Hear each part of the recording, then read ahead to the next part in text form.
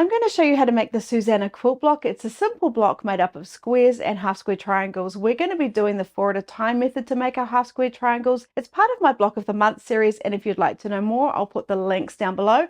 We'd love for you to join us. If you're new here, my name's Stacey, and let me show you how to make the Susannah Quilt Block. I've already cut all my pieces, and you can see the cutting instructions here on the left. I'll also put a copy of those over on my website, and I'll put a link down in the description below. So I'm going to take my B and my C piece that measures 5 3/4 inches squared, and then I'm going to place them right sides together, and we want to line up all the edges on all 4 sides, and then I will just pop a couple of pins in to keep it in place. We're going to be sewing around the edge, so I just want to be careful that the pins aren't going to get in the way.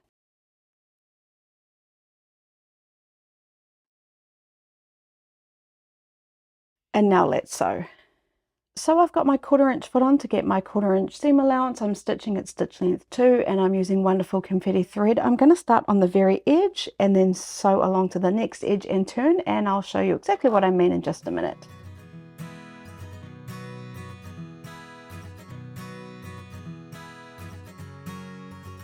So I'm coming right off the edge, just lifting my foot up, pulling that thread around just a little bit, and then I'm going to start on the next edge there. So rather than just guessing the 1/4 inch seam allowance and turning, I think this way is much more accurate.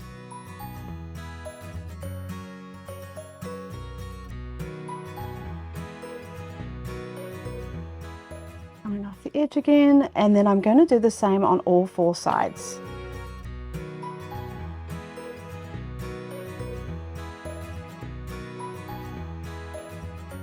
Coming off the edge, cutting my thread, let's move on to the next step. So now what we're going to do is cut on the diagonal from corner to corner on both sides. So I'm just going to take my ruler, line it up, and I want to line it up so where the stitches create a V, that's exactly where my ruler will go through, at the top and the bottom, and cut. And then I'm just going to make sure I don't move it, and if I do, just push it back into place. If you've got a rotating mat, it does make it a little bit easier, but you can just use a regular mat too. Then I'm going to place my ruler down and do exactly the same on these 2 corners, making sure my ruler is lined up right on that V and that these 2 pieces haven't moved, and then cut. Now we're going to press. Now with all our pieces, we're going to set our stitches, which sets them into the fabric, making them stronger and help our block lay flatter. Open it up and press towards our C fabric. So I'm going to finger press, make sure there's no creases in here, and then when I'm happy, press. And I'll do that for all 4 pieces.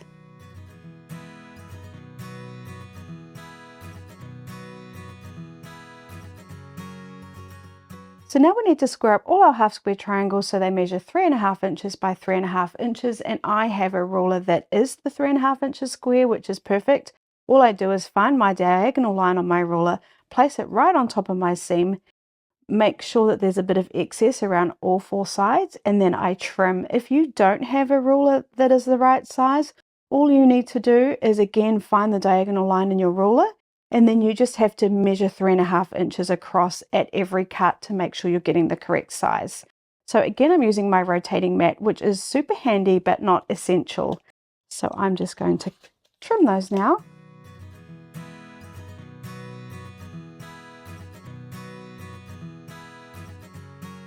All right, and there you can see I've got my perfect 3.5 inch half square triangle.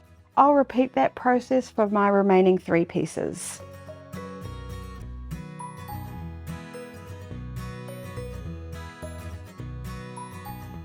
So now I'm going to take all my pieces and place them so they match our image above. I'm going to start off with the half square triangles. So the C fabric is facing out and the B fabric is facing in, creating our square there.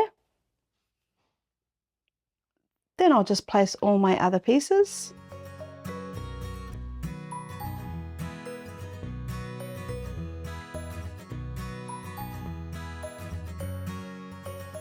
Okay, so there we have it. Now do double check that it matches the image above, because it's much easier to fix any mistakes now than once we've sewn it together. Trust me on that, and it is also easy to think it's correct and it's not, so I always do double check and triple check that these pieces are in place.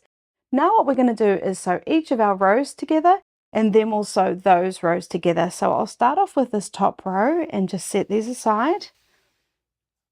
I'm going to take my A and my D piece, place them right sides together. I'm going to line up all these edges, pop a couple of pins in,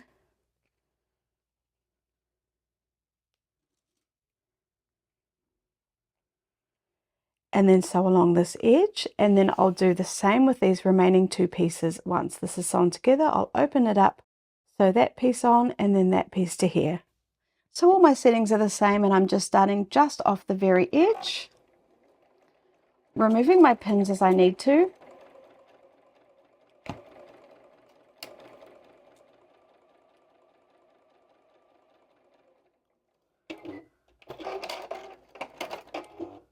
Cutting my thread, opening it up, making sure I am sewing my piece on to the right side, placing it right sides together, lining up those edges of pinning, and I will carry on for this row and the remaining 3 rows.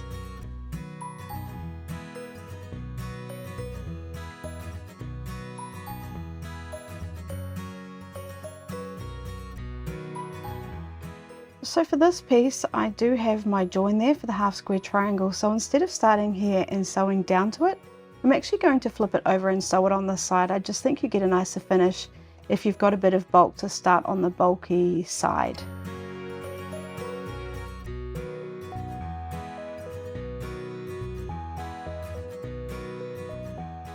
Now we do have the 2 seams lining up here.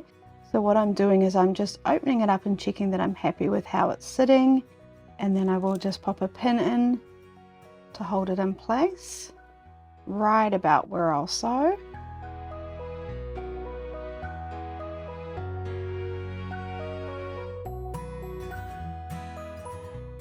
We can open up and check that we're happy with how those 2 pieces joined, and if you aren't happy, then unpick and try again. But if you are happy or you can live with it, then just move on, because a finished quilt is a perfect quilt.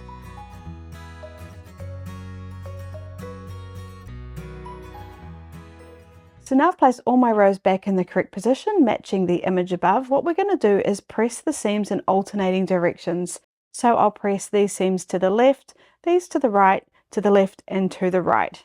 So I'll just go ahead and do that.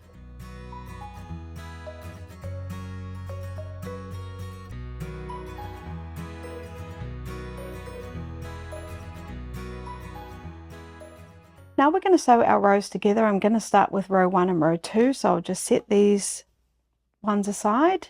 And what we're going to do is we're going to place row 1 and 2 right sides together and then match up these seams. So we're going to nest the seams.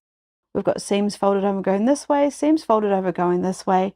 Well, we're just going to butt them up against each other, and then I like to open it up and check we're creating a nice straight line, and then when I know I am, I will pop a pin in.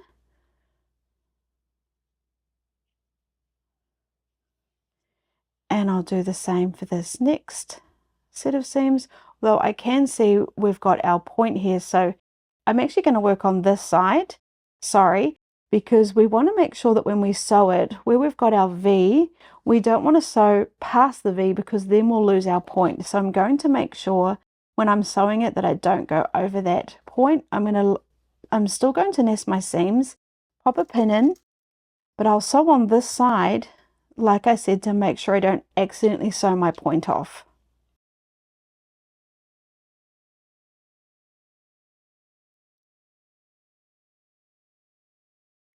Okay, and then I will just pop a pin in the beginning and the end. And now I'm just going to sew along that seam, being careful with my point.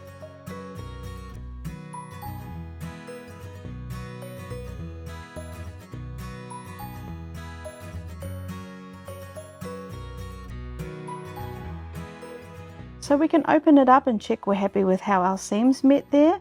And if you're not happy, remember you can always unpick and try again. Now I'm just going to carry on sewing the rest of my rows together.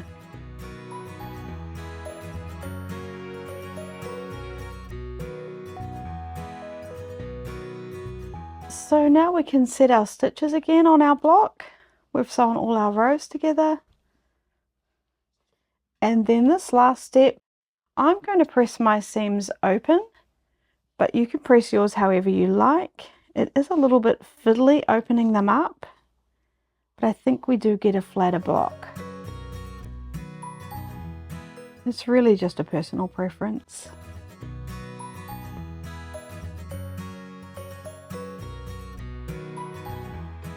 Once we've finished pressing, we can flip it over and give it a press on the front, and isn't that looking super cute? I'm really happy with that block. I hope you enjoyed the Susannah Quilt block, and if you're looking for other block ideas, I'll put the link up above for our playlist with all the blocks we've done so far this year. Thanks so much, and I'll see you in the next video.